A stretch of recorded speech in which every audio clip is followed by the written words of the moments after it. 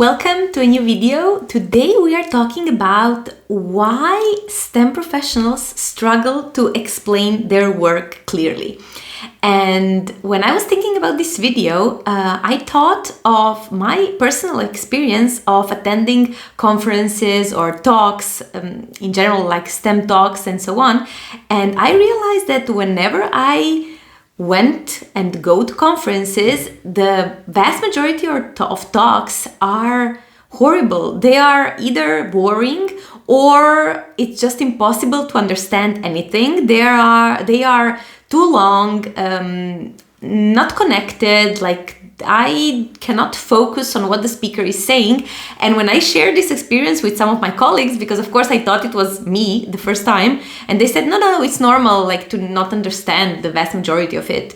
And to me, that's on one hand, that's very sad. And on the other hand, all of those people are really missing an opportunity for other people to get to know them and to get to know the way they are thinking. Because I think that the most important part of us working in STEM is really to share the knowledge that we have, to share what we know and to share what we discovered with the world. So why are those talks boring? They are boring because the speakers do not put any effort into thinking about who is the audience. So if I want to have one take-home message in this video is for you and for your next talk, whenever you are giving a talk, just take a moment and think about your audience. Like, who are the people who are going to listen to me? Because I swear, I promise you that if you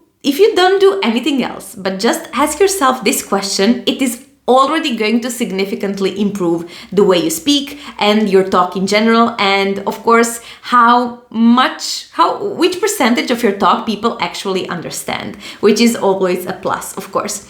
So that's the problem. I feel that that's the part that people really struggle with. Like, they are so focused on what they want to say and they sort of lose any interaction with the listener. And what is the listener here for? Like, what is the crucial information they want to convey to the listener? So that's not easy, of course, because a clear example of the fact that it's not easy is the poor quality of talks in general, like communication in general and misunderstanding, but especially if you add a layer of complexity, which is something that characterizes STEM fields, like they are very known for being complex and the solutions are really complex sometimes. So if you add that layer of complexity, people are really unlikely to understand you. So what I want you to